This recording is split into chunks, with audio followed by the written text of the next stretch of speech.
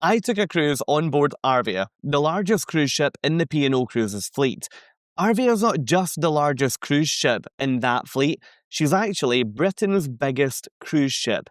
Prior to taking this cruise, I had travelled on almost every other P&O Cruises ship except one, so I thought I knew what to expect. However, I was completely wrong. I found my experiences on board Arvia to not really match anything that I'd seen from elsewhere in the fleet. I took a 4-night cruise out of Southampton. The cruise consisted of 2 port calls, ZeeBrugge and Cherbourg, and also a day at sea in between them. I had 3 main concerns prior to boarding this cruise. First, would Arvia simply be far too big a ship to even begin to appreciate on a short 4-night sailing?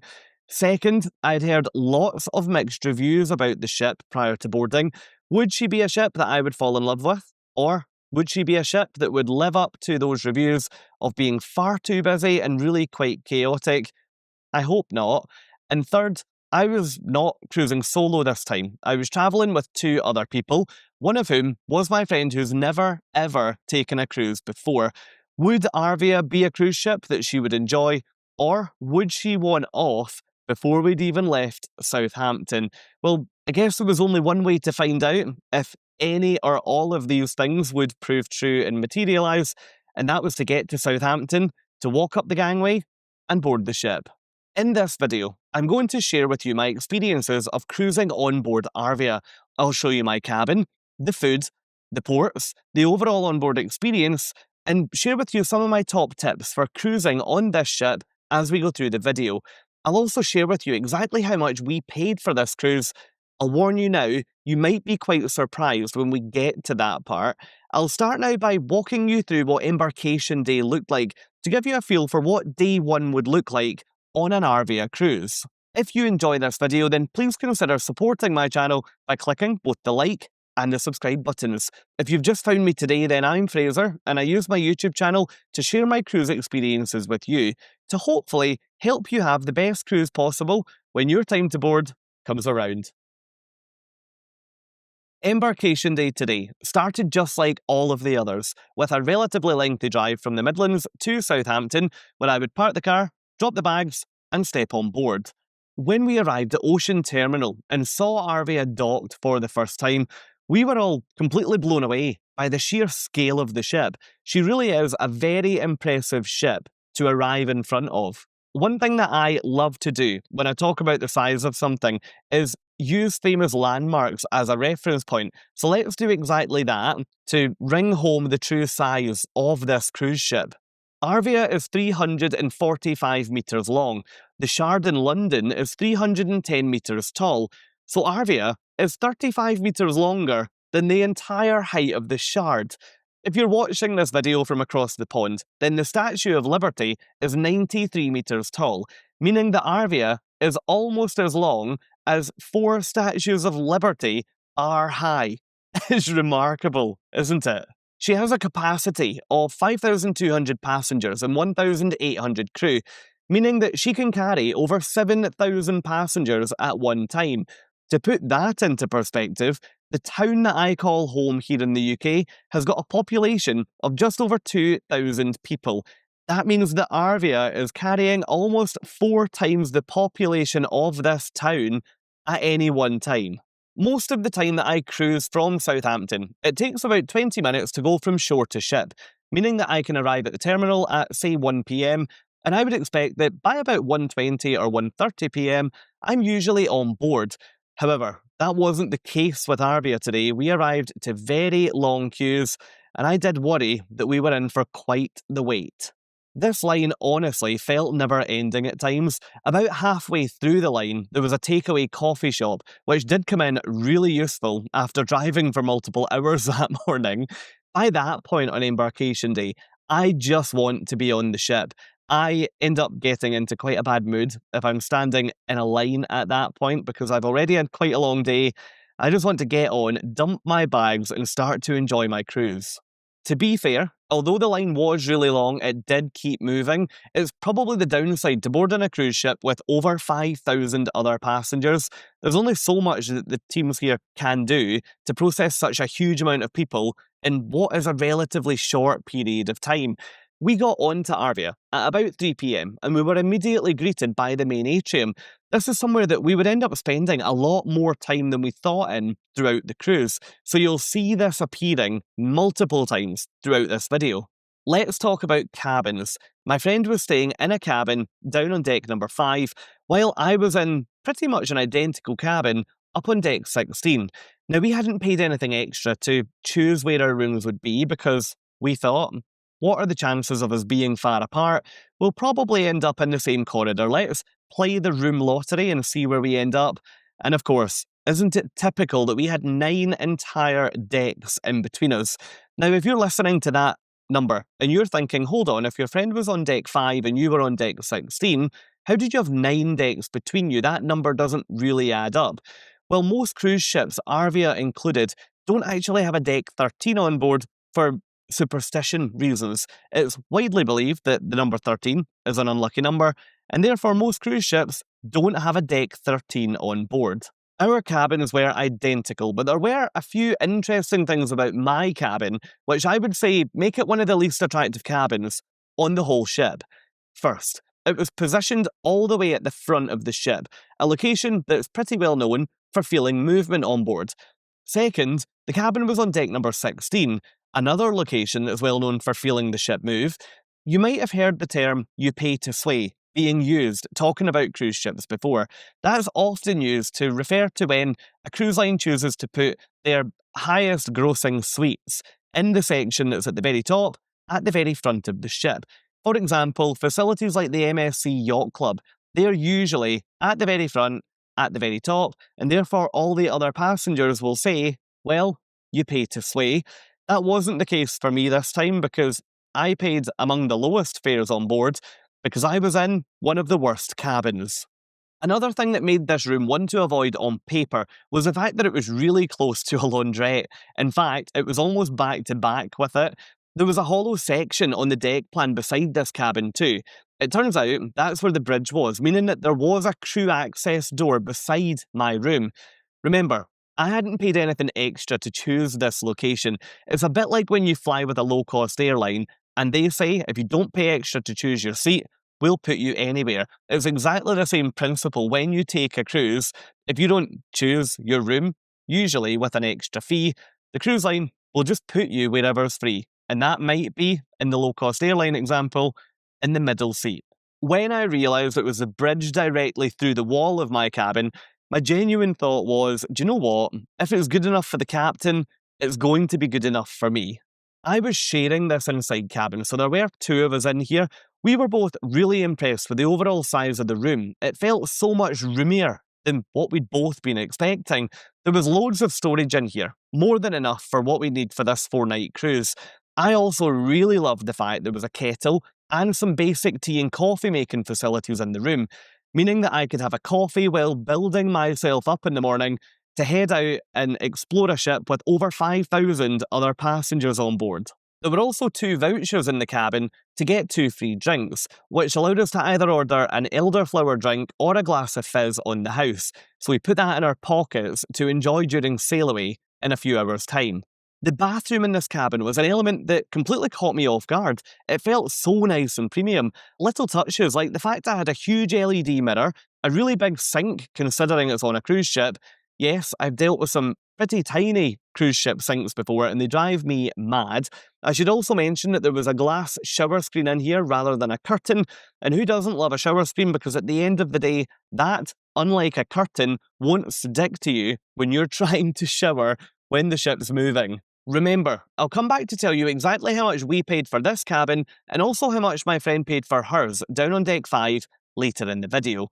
Considering this was one of the cheapest cabins on board the whole ship, I was impressed, and it got me thinking, what must the more expensive rooms look like on here? If this is the entry level, I'd love to know, if you've ever cruised on Arvia, what was your room like? Did you stay in a balcony cabin, an ocean view cabin, a mini suite, or maybe even a suite? Let me know in the comments what you thought of your room, because first impressions for me, I was really impressed. After checking out our rooms, we headed upstairs to get some food. Prior to sailing out of port, We went to the Horizon restaurant, in other words, the onboard buffet. This is where my earlier concerns of the ship, feeling a little bit crowded, did unfortunately start to materialise. The design of this venue is really quite odd because it forces everyone into one central section, leaving either side of the buffet lovely and quiet. The central area is just so busy. I opted for a quick lunch, which didn't really look up to much, before maybe then having a cake or two. Don't worry, the food that I'm going to show you throughout this video gets a lot more exciting. Sail away tonight was due to take place at about 5:30 PM, so we headed out to the top decks to watch us leaving Southampton. P&O Cruises do a really good job of sail away on Arvia. They decorated the Sky Dome pool with banners and flags, and it made it the ideal spot for us to cash in our drinks vouchers and relax for a bit. We chose to sit out on the open decks, outside the top level of the Sky Dome, and while we were out there, Cunard's Queen Victoria sailed right past. This is the only Cunard ship that I haven't sailed on, and I think this must be a sign, because I am repeatedly seeing Queen Victoria in port while I'm on other cruise ships, so maybe I'm just going to have to book a cruise on her. Our sail away ended up being delayed by about an hour, and we pushed off from the berth at about 6:30 PM. This cruise was a winter cruise, which explains why it's so dark at that time. This is something that can often surprise international cruisers who maybe haven't cruised from Southampton before. In the winter, it can start to get dark here at about 4:30 or 5 PM, but don't worry, in the summer months, which is when most of the cruise ships come here, it's much lighter, much later into the day. I always love watching a sail away. I always find it such a good way to relax because it feels like I'm leaving all of my worries and stresses on land. Granted, they'll all be there waiting for me to pick back up in 4 days' time in this case, but isn't it nice to stand there watching the port disappear and for everything you're worrying about to just be left over there? After sail away, we headed back to the cabins to get ready for dinner. We'd booked Sindhu tonight, which was a speciality Indian restaurant on board P&O cruise ships. Dress code wise, P&O Cruises operate with 2 different dress codes and they'll alternate throughout your cruise. First, evening casual is the term given to the majority of nights on board. I'll show you what I would wear for evening casual in a sec. Secondly, if you're travelling on a more elevated night, once or maybe twice throughout your cruise, the dress code will switch to what's called black tie, which is pretty self-explanatory. It's far more formal than evening casual. Anyway, here's what I wore to Sindhu tonight. I opted on this evening casual night to wear a pair of jeans, an open shirt, and a pair of trainers. I always recommend that people try Sindhu when they cruise on board a P&O Cruises ship. I opted tonight to have a crab meat starter, and I then moved on to what's called the Sindhu signature plate, which had a duck dish, a beef dish, and even a lobster dish, all served on one plate, with all the usual sides that you'd expect from an Indian restaurant. Dishes at Sindhu are priced individually, or there's a 3-course option where you can order 3 courses for, at the point of my cruise, £22. Now, considering that the signature plate I ordered was priced at £18, the 3-course option was a bit of a no-brainer because that meant that I could also get a starter and a dessert, and I ended up saving quite a lot of money versus the a la carte pricing option. By the time we'd finished dinner, it was 10 PM and we were absolutely exhausted, so we just had a quick walk around the ship before retiring for the night.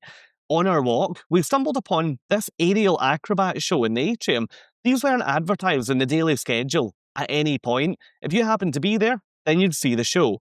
My top tip for not missing any of these is to come to one of the venues on the various floors of the atrium, settle down with a drink, do some people watching, and just let it all unfold in front of you. After that show, we then headed back to our cabins, and that's where I had the horrifying realisation that my cabin was haunted. Well, not really, but let me show you. Look at this light, constantly flickering, despite the fact it's turned off. Obviously the room wasn't haunted, it's just an electrical glitch, but this did prove to be so annoying until I managed to manoeuvre it into a position where it would stop constantly flickering. There was also this little nightlight over on the wall by the bathroom door. This drove me mad for the first 2 nights on board because I couldn't figure out how to turn it off, so I ended up piling towels and various clothes up against the light so that I wouldn't see it when I was trying to sleep. I can report, however, that that light is just turned off really easily using a switch beside the bed.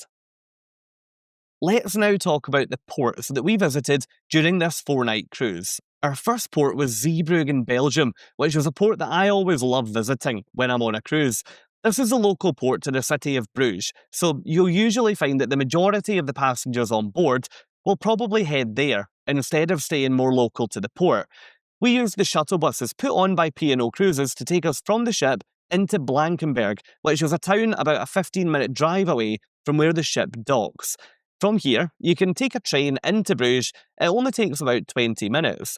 People ask me so often, when you get off the train, if you travel independently rather than a short excursion, is it easy to know where to go to get into the centre?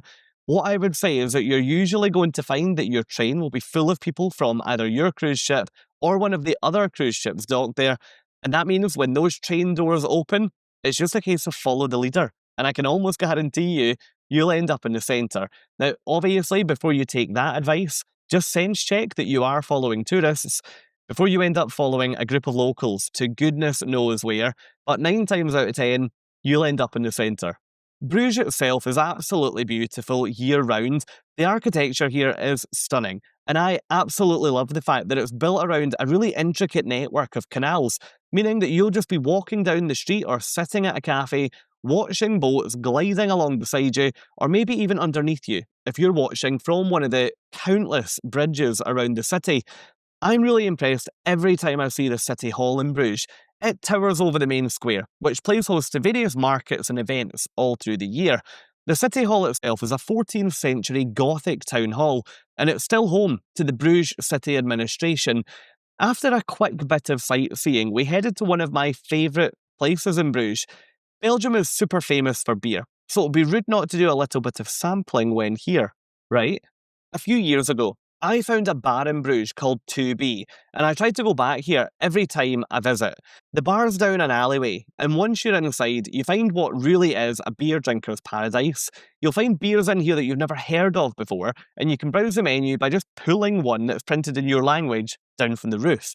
The staff are also really impressively multilingual, but you can always order by number 2, so don't worry if you're concerned about a potential language barrier. Numbers translate pretty well. We played a game in here that I've never played before. Maybe it's one that can become your new party trick. You start with one beer mat or coaster on the table, you then flick it into the air and catch it. Once you master the skill of doing it with 1, you then do it with 2, with 3, with 4. You get the picture. Now, as you can tell here, I didn't quite master even doing it with 2, but hey, maybe you'll do a much better job than me. So that's how we spent our day in Bruges. Let's now move on to look at our second port of call, which is Cherbourg. We docked here at our first port of call in France early in the morning, but we didn't leave the ship until around lunchtime. The reason for that is that I've spent most of the morning trying to film my full ship tour of Arvia, because I try to upload that with as few people in shot as possible for a number of different reasons. If you'd like to watch that ship tour to get a true feel for what this ship looks like on board, then don't worry, at the end of this video, I'll link you over to that one, or you can just jump down to the description of this video whenever you're ready to head over there. One thing I really liked about Arvia was how they presented the port information each day. You'd find all the details on the digital screens around the ship, showing you where we were docked, the all-aboard time, the weather outside, the local currency, and whether or not you needed to take your passport ashore. These screens also then showed you where the gangway was, which I thought was great, because I've travelled on some big cruise ships in the past, and I've found myself walking from deck to deck, back to front, desperately trying to find how to get off the thing. One thing I love about Cherbourg is its significance in the story of the Titanic.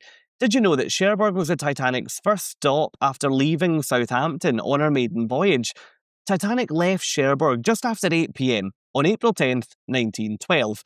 The arrivals hall at the cruise terminal that we docked at was actually part of the Titanic Museum that you'll find next door. I guess this area would become part of an exhibit when there's not a cruise ship in port. Pretty cool, isn't it? For our day here, we enjoyed a day in the sun. Instead of trying to tick off all of the sites, we had a fairly relaxed, chilled out day.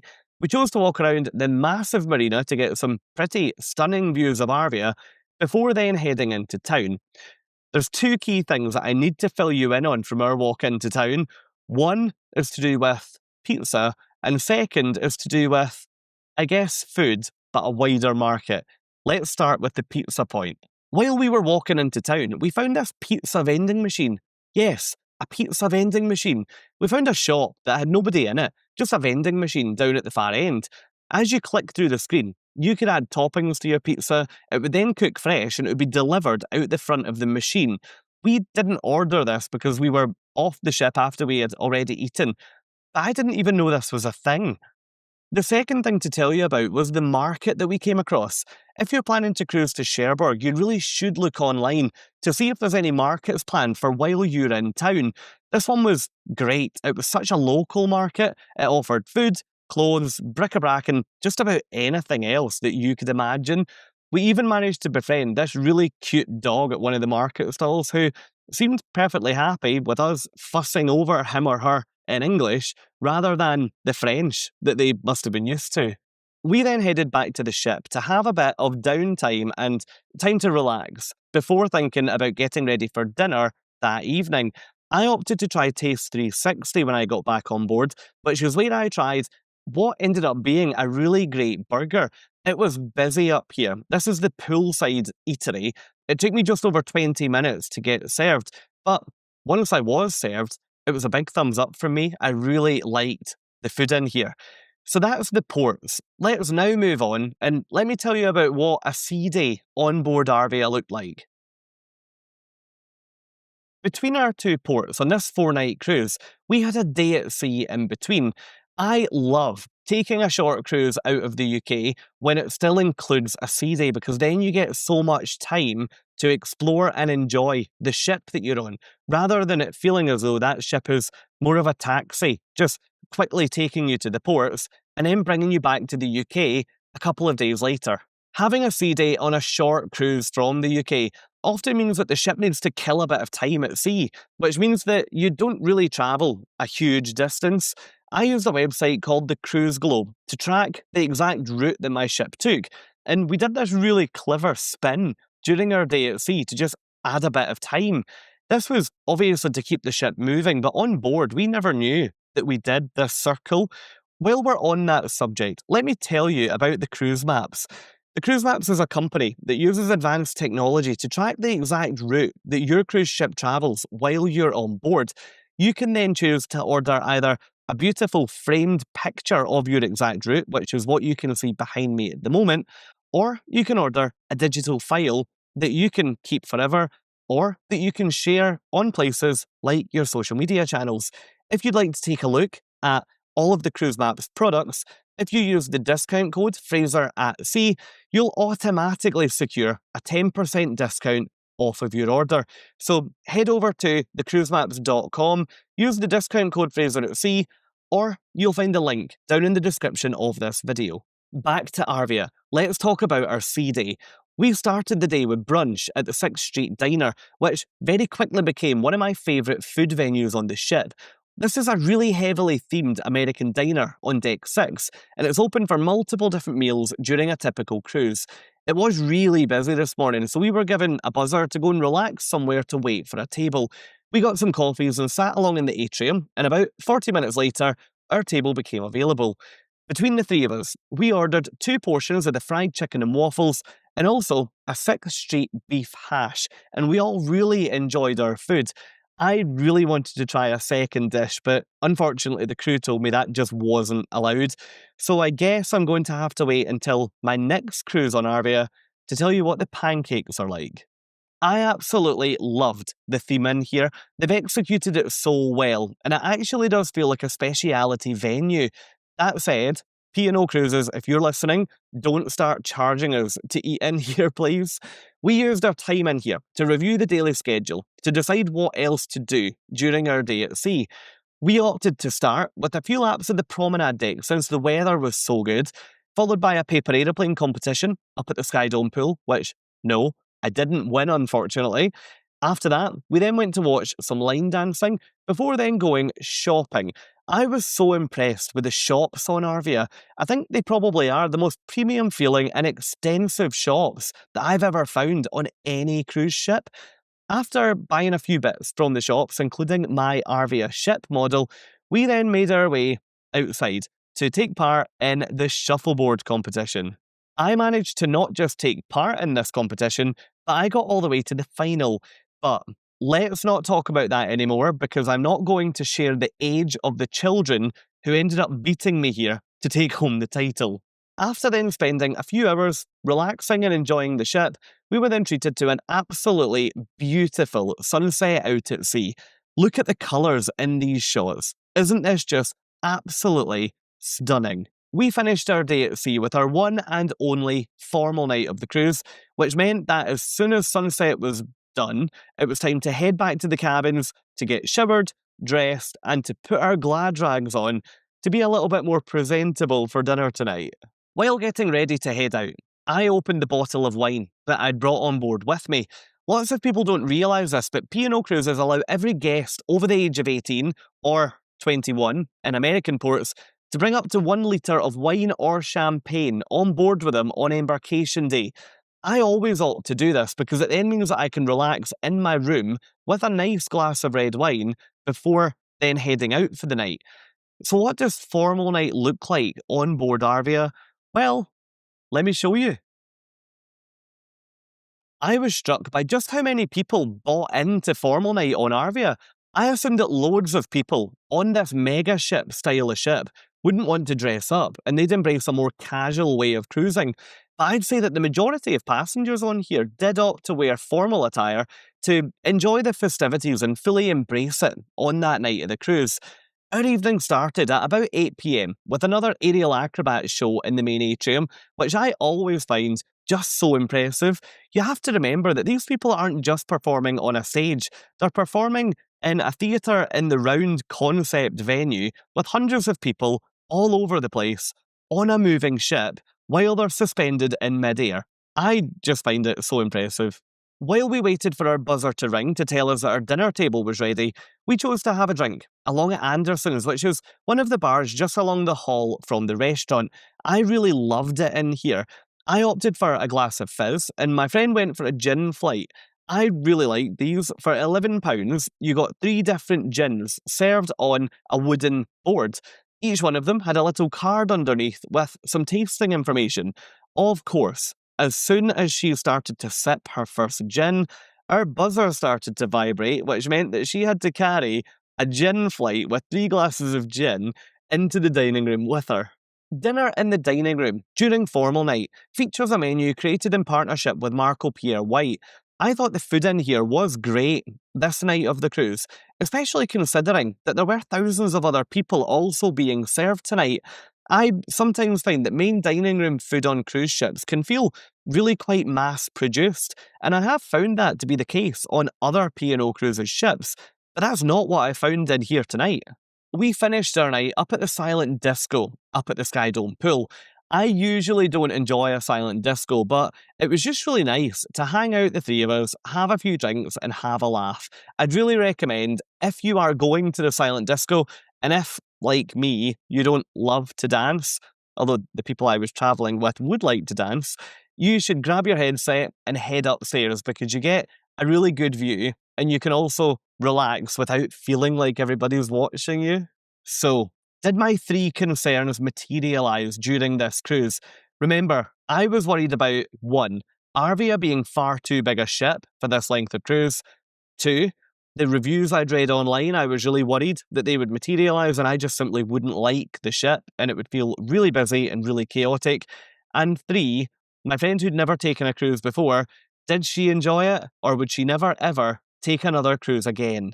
Well, luckily, I can report for all 3 counts, the answer is no. None of them materialised, and let me now walk you through each one.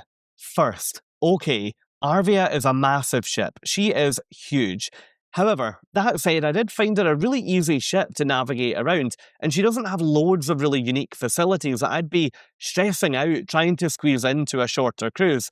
For example, there's no ziplining, aqua theatres, skydiving simulators, water parks, or anything like that on here, so it's much easier to not feel stressed trying desperately to run around and do everything. Second, I do understand where some of the negativity comes from on the subject of Arvia being busy. One of my big frustrations with this ship is that I generally felt the whole experience was so different to what I've had on other P&O Cruises ships. Sure, the overall branding was the same and the ship did look the same in so many areas, but the whole thing just felt different. I think if I was used to a more traditional P&O experience and I booked a cruise on this ship not knowing it would be really different, I probably would be quite culture shocked and potentially also pretty disappointed. That said, you can get around this by doing basic research. You're already on YouTube, you're already listening to what a cruise is like on there, so you, for example, would have nothing to worry about. Third, my friend absolutely loved her experience. I got the feeling that she wasn't sure at first, but after waking up on day 2, she just seemed to get it and was fully bought in. In fact, we're now looking to see where we could take our next cruise to, and I would say that really says it all, doesn't it? Now, let's move on to look at how much I paid for this cruise and how much my friend paid down on deck number 5. So, how much did we pay to cruise on Arvia? Let's start with how much we paid for the cabin up on deck number 16. In total, we paid £878 or $1,172 for our cabin. As you know, I was sharing this room, so there was 2 of us in there. That means that per person, we paid £439 or $586. £439 or $586 for this 4-night cruise equates to just under £110 or $146 per night, which I would consider to be a pretty decent price to get on a cruise ship like this. But let's now look at that cabin on deck number 5, which my friend had all on her own. For her cabin down on deck 5, she paid £803 or $1,072, meaning that she paid just over £200 or $267 per night. The solo pricing strategy from P&O Cruises is something that has frustrated me for years. Sure, there are solo cabins on board Arvia, but even those rooms don't go for anything near what I paid to share a standard cabin. It really does blow my mind when cruise lines charge a solo traveller almost double what I'm paying to come on the ship, even when they've got exactly the same cabin just on a different deck of the ship. It's crazy to me. It feels like such a shame and a bit of an injustice, to be honest, to have solo travellers paying so much more for their cruise. Some cruise lines are doing really amazing things to encourage what is a really lucrative solo market to book onto their ships, but sadly, P&O Cruises just isn't, at the point of recording this video, one of them. So that's it. That's what my 4-night cruise on board Britain's biggest cruise ship looked like. I'd love to know what you think. Would you take a short cruise on a ship like Arvia? Or would you rather stick to the smaller ships for shorter itineraries? Or would you rather just stick to taking longer cruises? I'd love to know down in the comments. If you did enjoy this video, then it would be great if you would think about supporting my channel by clicking both the thumbs up and the subscribe buttons. And why not come and join me in another video? Over here, I am showing you every venue on board P&O Arvia. I've got so much more over on my channel if you don't fancy this ship tour. So hopefully I'll see you either over here or in another video. Thank you so much for watching and have a great day.